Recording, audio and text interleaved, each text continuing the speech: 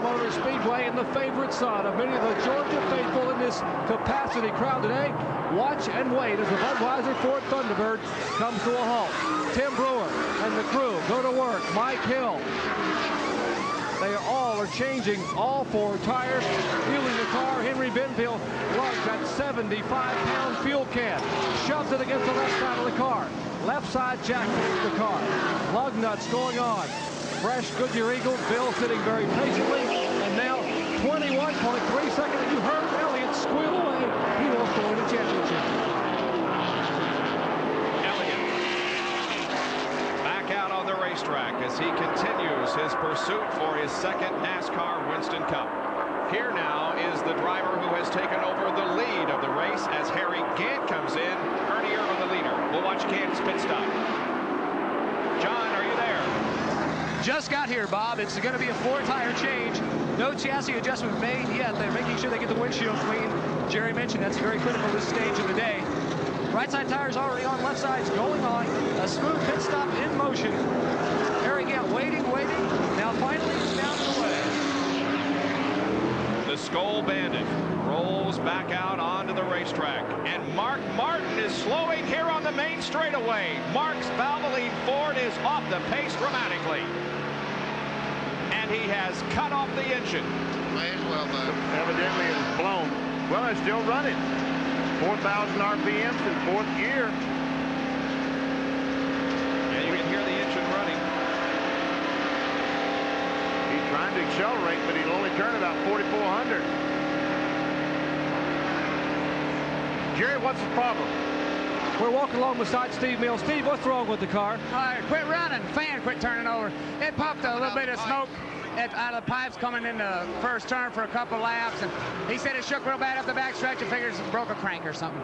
We'll let him go into the garage area. Thank you, Steve. Steve headed to the garage area here, talking to his driver, and apparently the day is over, and so is the championship hunt for Mark Martin. And so there are now 5 still in contention for the NASCAR Winston Cup, as Mark Martin, who won this race last year and who came into this event 6th in the points, 113 behind Davey Allison, coasts down pit road and will be, we presume, turning in to the garage area. He's still on pit road and in fact is going to keep going. Well, it didn't break a crankshaft because it wouldn't be turning 4,000 RPMs with a broken crankshaft. Nope. He has some other problem. There's the leader, Ernie Irvin. He has not pitted yet here. He's getting good gas mileage on it, sure is. Jerry, got an update? Guys, as Mark Martin came by us on pit road, I was standing beside Steve Mill, who was running toward the garage area. We both stopped. The car came by, was sputtering. It seemed to catch fire, started sputtering again, so Mark continued back on the racetrack. They're hoping possibly it may be something less than inside the engine as they get the halfway point here in the season finale. And while all that was going on, we get a better indication of why Ernie Irvin stayed out on the racetrack as long as he could, because the halfway lap has arrived. And Ernie Irvin is about to pick up $10,000 as the leader at the halfway point and winner of the Gillette Halfway Challenge. There the cross flags. Ernie Irvin is the leader and the winner of the Halfway Challenge. He takes home the $10,000 reward, and if you have entered the contest and are called at home, and you can correctly identify the winner of the Gillette Halfway Challenge, you could win a Chevrolet Lumina Z34. Again, the name to tell them, Ernie Irvin. Mark Martin's car is behind the wall.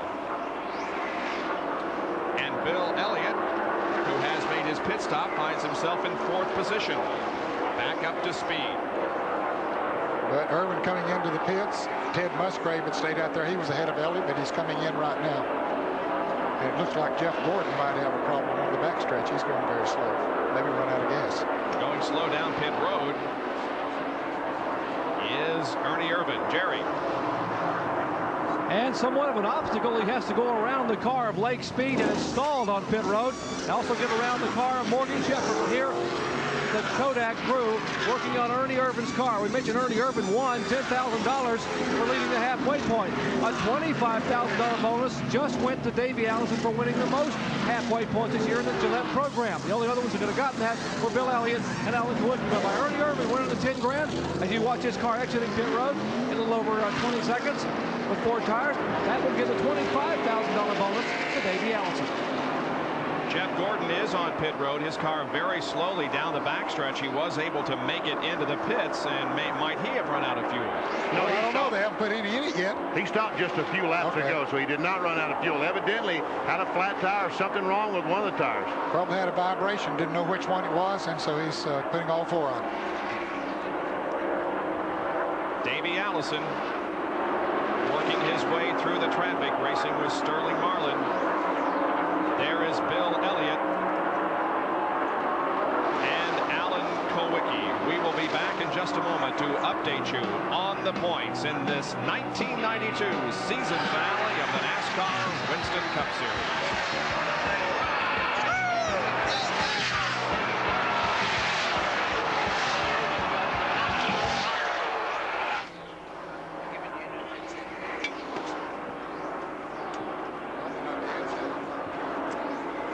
Spencer's third.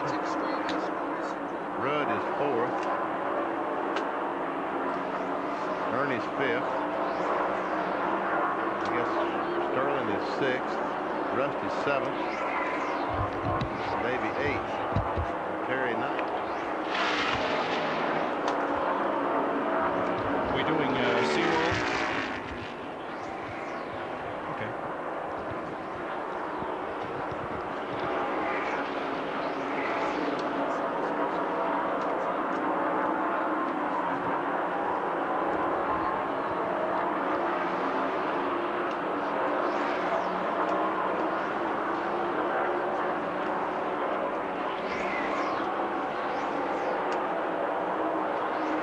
Okay, test 1, 2, 3, 4, 5, 6, 7, 8, 9. New headset.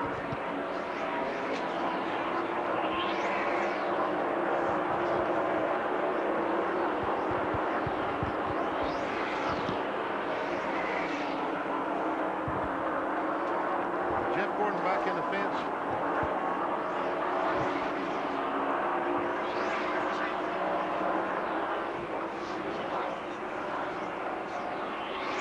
If points were awarded right now, Davey Allison would be the NASCAR Winston Cup champion. He is currently 7th. Alan Kowicki, who is 3rd in the race, would finish 9 points behind Alan.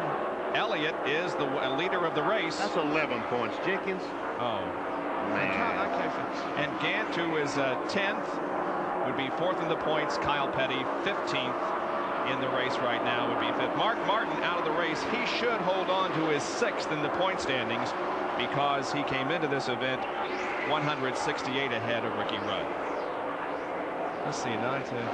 Yeah, by golly, you're right, Benny. I do that. There's the leader, Elliott, and Jerry is with Mark Martin. John Kernan is with Mark Martin. Like I've told you many times, we sure look alike, Jerry and I, sometimes. Standing here with Mark Martin in the garage area. And, Mark, we can see on the telemetry your RPM's just cut right now down to about 4,000. Do you know what happened? It acted like it burned a piston or something.